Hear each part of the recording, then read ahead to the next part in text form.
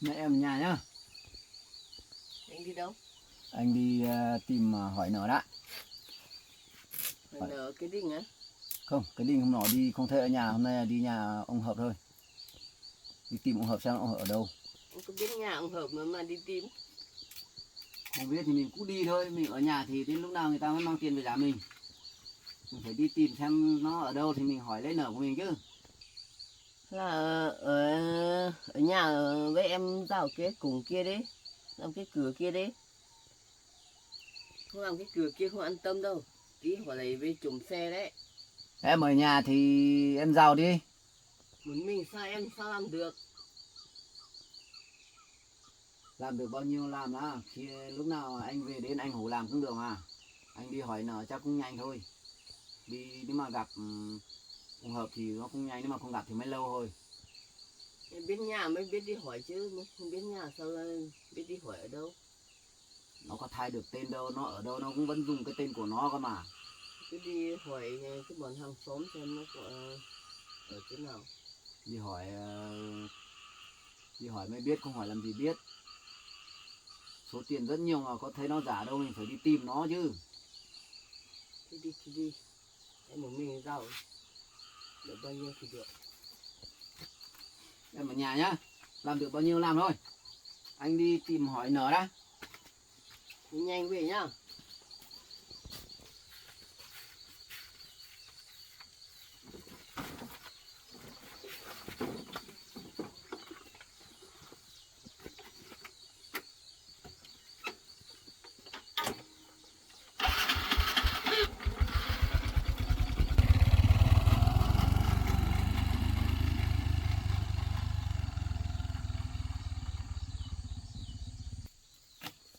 Bảo hố vào cái cổng này, làm cái cửa này không hổ làm, nói không nghe vấn đề. Mình càng làm được bao nhiêu thì làm, chuẩn bị đi thôi đỡ ụng lại.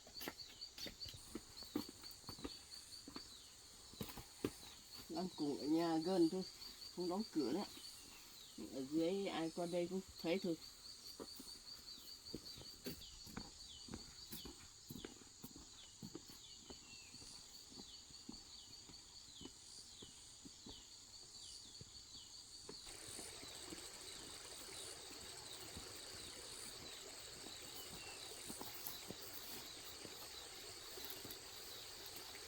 Tao bên đây trước. Đây là đo xem.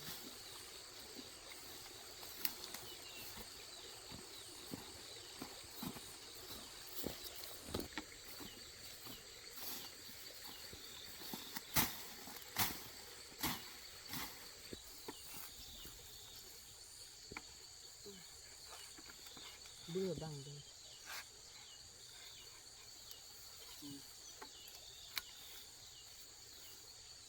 Thấp như thế này họ không dắt được con xe đi được. Ở đây họ cũng không nhảy được ra đâu.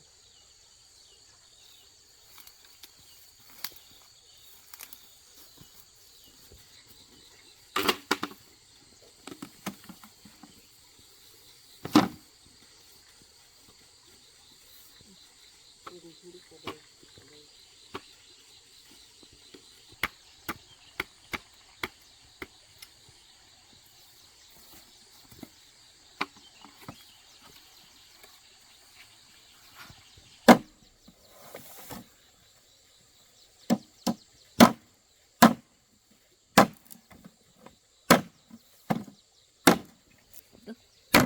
Tay này.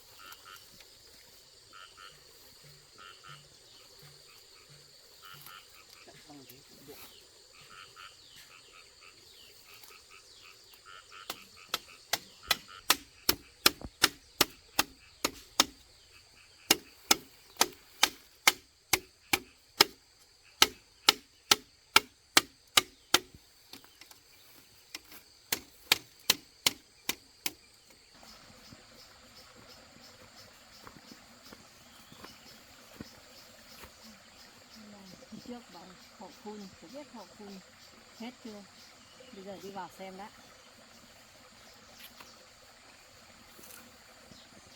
Này chẳng biết anh Hà có ở nhà không. Thôi, nhưng mà mình cứ đi việc của mình thôi. Đằng nào nó cũng có vợ rồi, mình không nghĩ đến nữa. Thôi, đi vào thôi, không nghĩ nhiều nữa.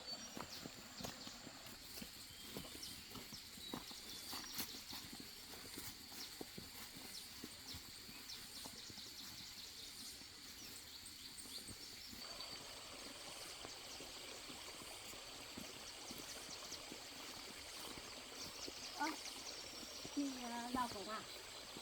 Vâng. Chị vào đây làm gì?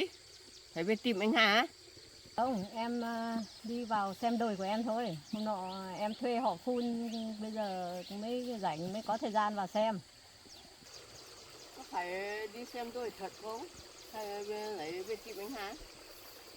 Không, em đi xem đồi thật mà. Em có đồi ở trong này, em đi xem đồi mà. Thế về tìm anh Hà thì anh Hà không ở nhà đâu. Không, em đi xem đồi thật mà. Thế chị một mình khắc rào thế á? Anh Hà không hộ à? Anh Hà đi vắng rồi. Thế chị rào mỗi chỗ này hay là rào phía bên trong? Rào cả bên kia đấy. Thế à? Vâng, Nhiều phết đây nhỉ?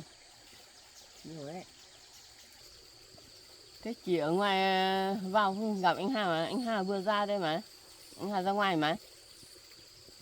Không, từ ngoài vào có thấy gặp ai đâu.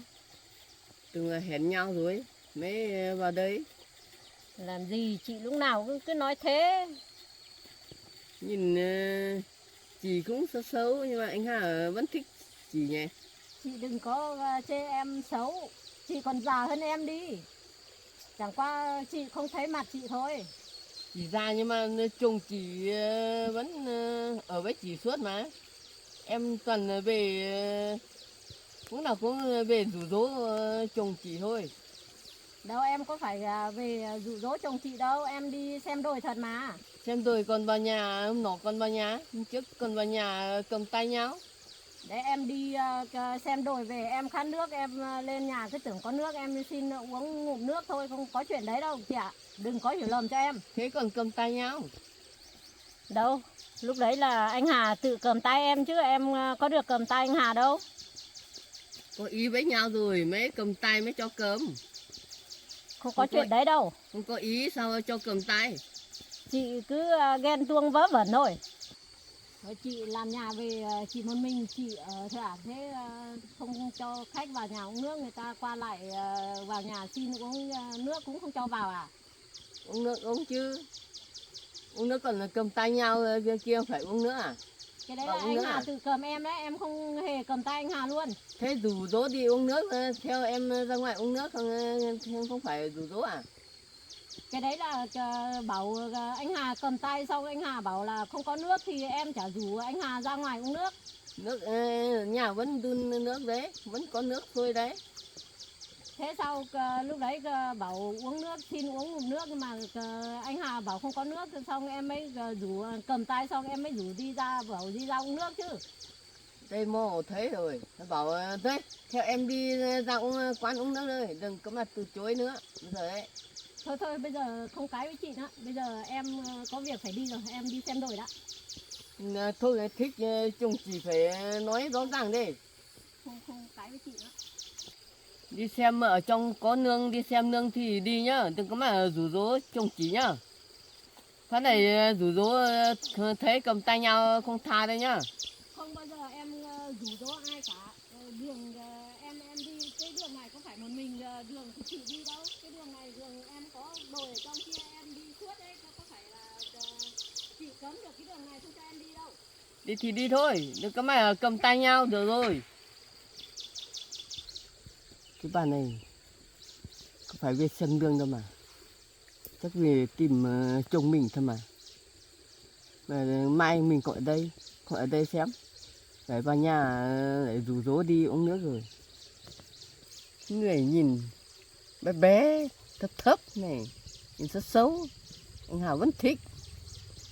Mình to cao như thế này, anh Hà vẫn còn muốn đi cặp bồ. Cái bà kia. nhìn thấy ghét thật. Qua đường này thấy ghét lắm. Thôi, làm việc thôi, không nói đến cái bà kia nhiều nữa.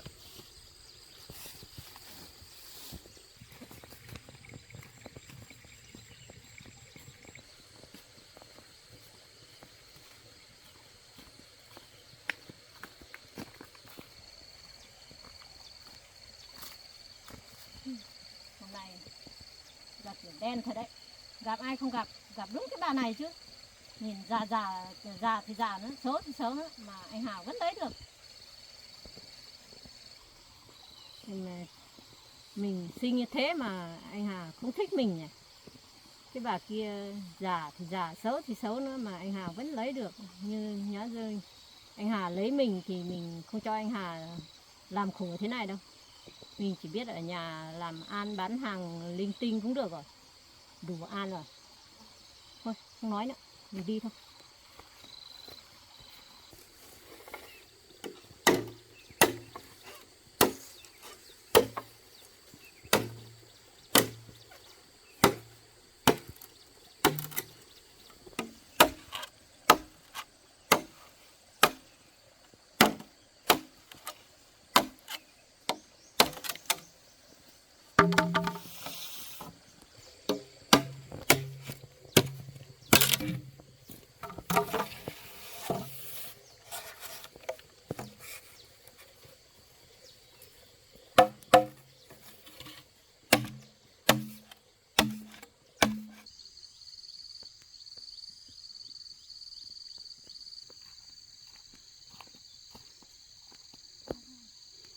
Vừa phun được cách mấy hôm về lại lên phát rồi. Bây giờ chắc phải thuê người phát thôi, mình không làm được đâu. Giận thật đấy, cái đời nương này bỏ đầu tư bao nhiêu tiền rồi, nhưng mà cây cũng không nên cây đâu. Thưa thì thưa, bé thì bé nữa. Chắc đi vào bên trong xem thế nào, mình chắc phải thuê người phát thôi, thế này không được đâu.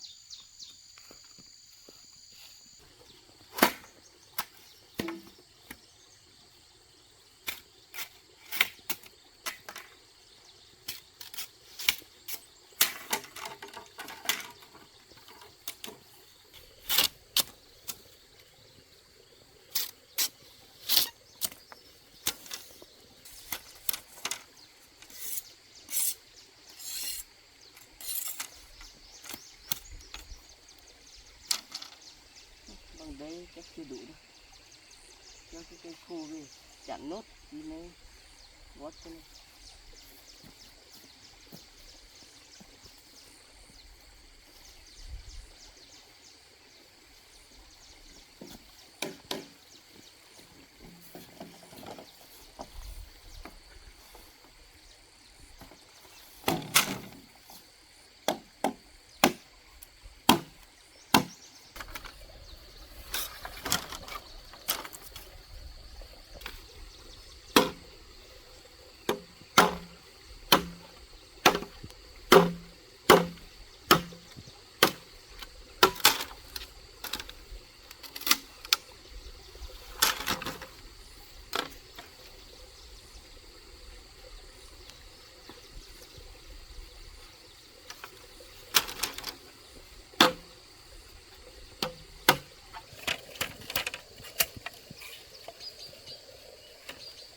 Ôi nhà anh Hà đi đâu thế? Chợt thấy về. Không biết hỏi được tiền ông Hợp không? Biết có gặp ông Hợp không? Không thấy về đâu. Về hủ đan cái này cho nó xong.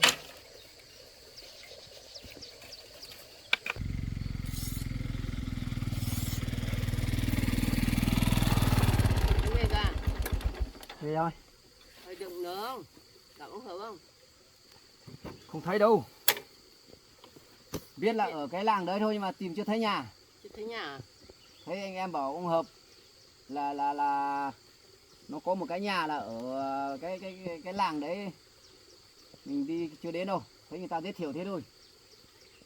Thế sao không đi đến đi? Đi hỏi là bọn kia bảo là thấy có một người tên bảo là ông Hợp mà nó mua được một cái nhà ở gần đường thế Nhưng mà ở nhà đấy người ta nói chứ còn đi xa cơ thì thôi. Xe sắp hết xăng nữa là quay về thôi. Thế không cầm tiền đi đổ xăng à?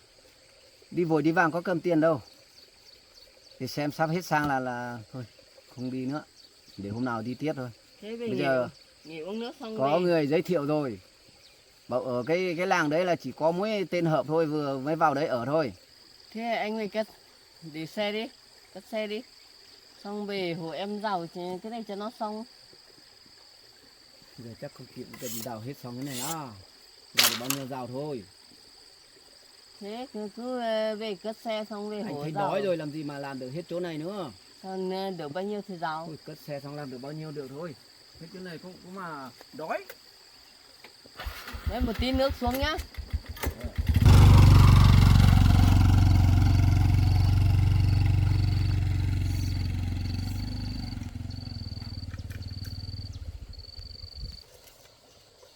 Biết ở khu đấy rồi.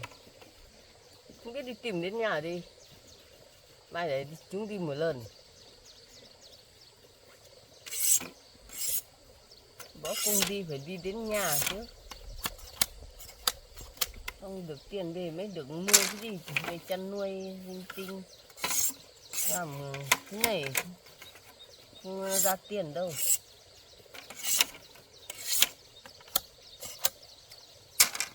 Anh ơi, cầm cả cân dao xuống nhá. Đấy cả dao đấy, cả nước xuống đây.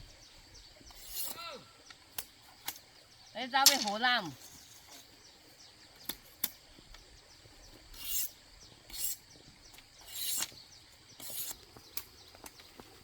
Đây nước đây. Khát nước thì uống đi.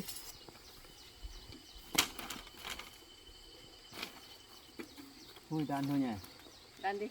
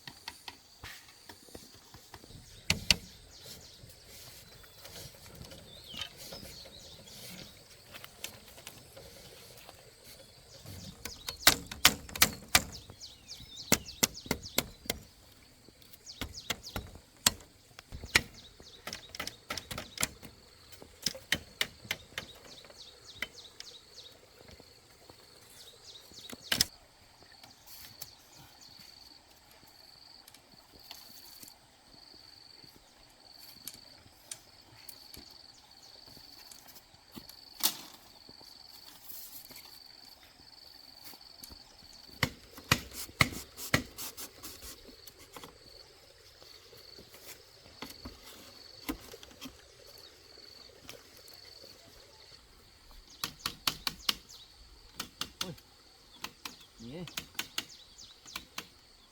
Chỗ kia đan xong à? Xong rồi. Thế chưa em, chỗ này chưa xong. Thế đâu, để thế thôi. Ừ. Để mai làm tiếp thôi. Vâng. Nhiều quá. Nó sồn lắm rồi. Dọn dẹp cái này.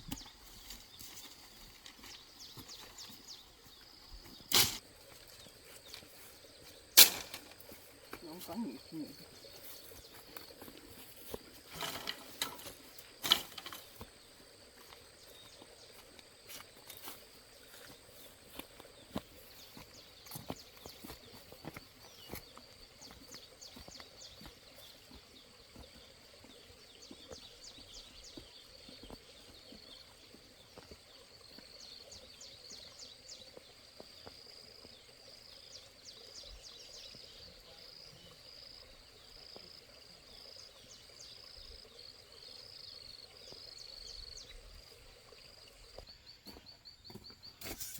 rửa chân tay đấy.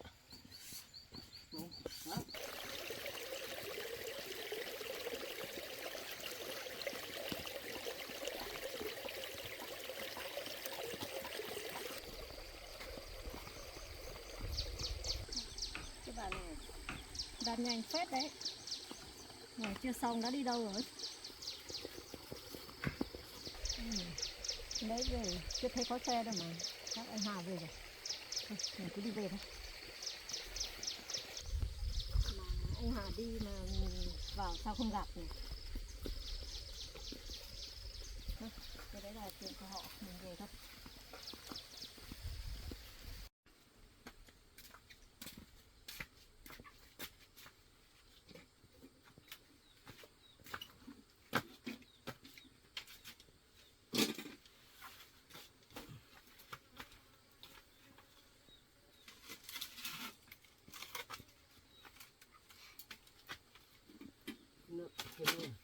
Còn mà.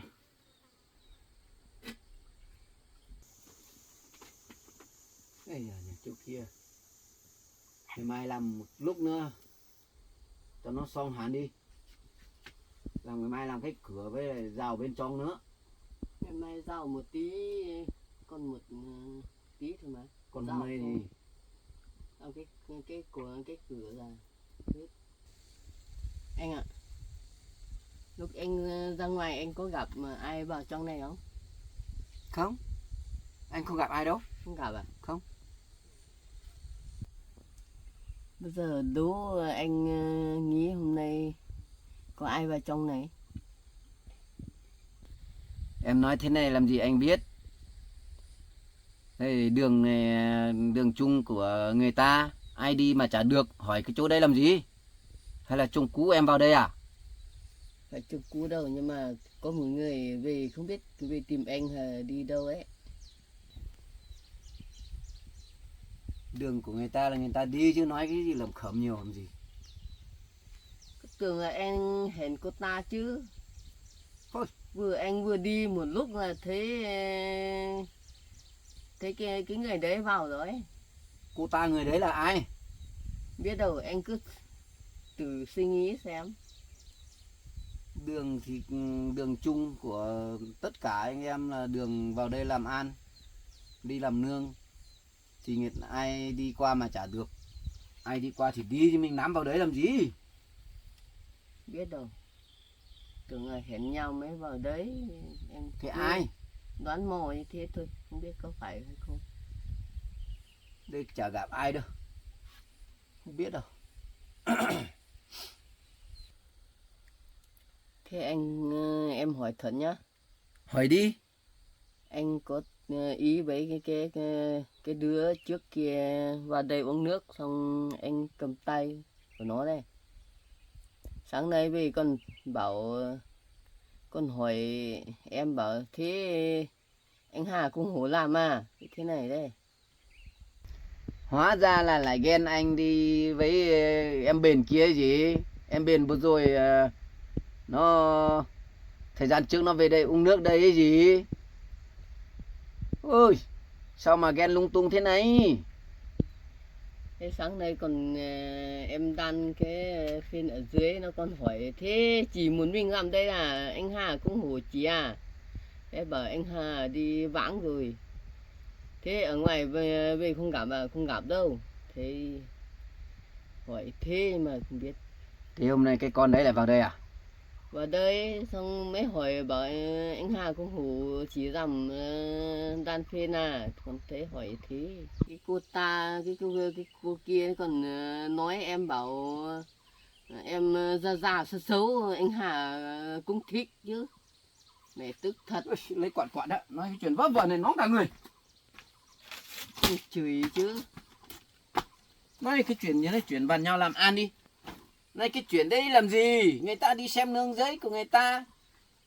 Làm nương làm ấy nó qua đường. Xem nương còn chửi cả em chứ. Sao mà nó có quyền chửi em? Bảo chị này xấu xấu ra già. Còn anh Hà cũng thích nhé. Còn chửi như thế chứ ai chả tước. như em có bồ như thế thì nói anh như thế anh cũng tức thôi mà. Đùa anh chứ làm gì cái đứa đấy dám chửi em như thế này. Mai anh gặp anh cứ hỏi xem. Sao mà nó chửi kiểu này là không được đâu. Chả chửi như thế. Thế anh không tin thì hôm nào anh gặp nó thì anh cứ hỏi nó xem. Chả chửi như thế. Anh có gặp nó bây giờ. Chắc người ta qua đường nó trêu thôi chứ làm gì mà nó dám nói như thế. Chiêu chiêu cái khác chứ. Bảo cái câu này thì chắc con thích anh ấy. Xong mới nói cho em như thế đấy. Nó thích thì đây có biết đâu. Chắc nó nghĩ bảo nó trẻ nhưng mà tại sao không không theo đuổi nó còn lấy em người già già xấu xấu. Mình thì Thích cũng anh, lấy được. Còn anh nói chỉ thế. cần lấy một vợ thôi, không nói bao nhiêu vợ đâu. Nó nói mình thì biết nó nói thật hay là nó trêu đùa. Nhưng mà tuy rằng nó trẻ thật nhưng mà nó có hổ mình làm việc đâu. Vợ chồng mình mới làm việc thôi chứ còn nó trẻ nó chiêu thì chiêu thôi chứ. Em nghĩ cái cô kia là thích anh đấy. Muốn anh bỏ em lấy nó đấy. Em nghĩ nói cái chuyện như thế đấy. Tôi chỉ chả tin đâu. Để không nghe thấy để không tin đâu. Không tin hôm nào anh sẽ gặp. Anh sẽ hỏi xem. Có bao giờ mà gặp nó đâu. Em nói như thế hay không. Chẳng qua là mình có việc đi là mình đi. Nhưng mà chắc nó thích anh đấy. Mình có gặp nó đâu. Nó còn muốn sử dụng anh bỏ em xong lấy nó đấy. Nghĩ nói cái chuyện như thế đấy. Nhưng anh biết thế lần sau nếu mà anh gặp anh còn không muốn nói chuyện với cái đứa đấy nữa. Đứa đấy nếu mà nó nói thế là chắc là nó người láo thôi, không phải người tốt đâu. Nói thật mà. Thôi, bây giờ cái cô kia thì không nói nữa. Bây giờ thì chuyện của anh ấy. Cái gì? Đi tìm ông Hợp. Tại sao không đi đến nhà nó đi. Mai lại về. Sau này lại đi lại mất cả tiền xăng đi. Giờ mình đã đi đến cái khu đấy rồi không tìm tòi vào nhà nó thật xem hỏi xem. Anh đi hỏi rất nhiều chỗ. Anh cũng muốn đi đến nhà cái ông Hợp chứ. Nhưng mà thấy đi xa quá rồi. Xong là tiền không được mang nữa. Mũ bảo hiểm không được đổi nữa. Thì sở giao thông bắt là nghĩ là thôi không đi nữa, quay về thôi. Thì đằng nào cũng hỏi cái ông già già kia, nó bảo là nhà ở gần sân bóng bên trên một tí. Bảo ông đấy là ông tên ông Hợp là nó cũng vừa mua nhà đấy thôi, được mấy tháng đấy thôi. Nó bảo nhà đấy mua căn nhà to lắm. Nó bảo nếu mà tên Hợp là chỉ ông này thôi. Thế là biết thế là hôm nào mình lại đi, anh lại đi. Thì thôi sở giao thông bắt là không có muốn là quay về thôi. Thế à? Chẳng nhẽ là mình cố đi thì ra đấy giao thông làm ác nữa, là nếu mà Không có mũ bảo hiểm đi theo, đi đâu phải có mũ bảo hiểm đi theo cơ. gặp giao thông là mình mất tiền. Thế nghĩ là thôi phải quay về thôi, không đi nữa. Đi ra đường cái phải lấy mũ bảo hiểm đi theo chứ.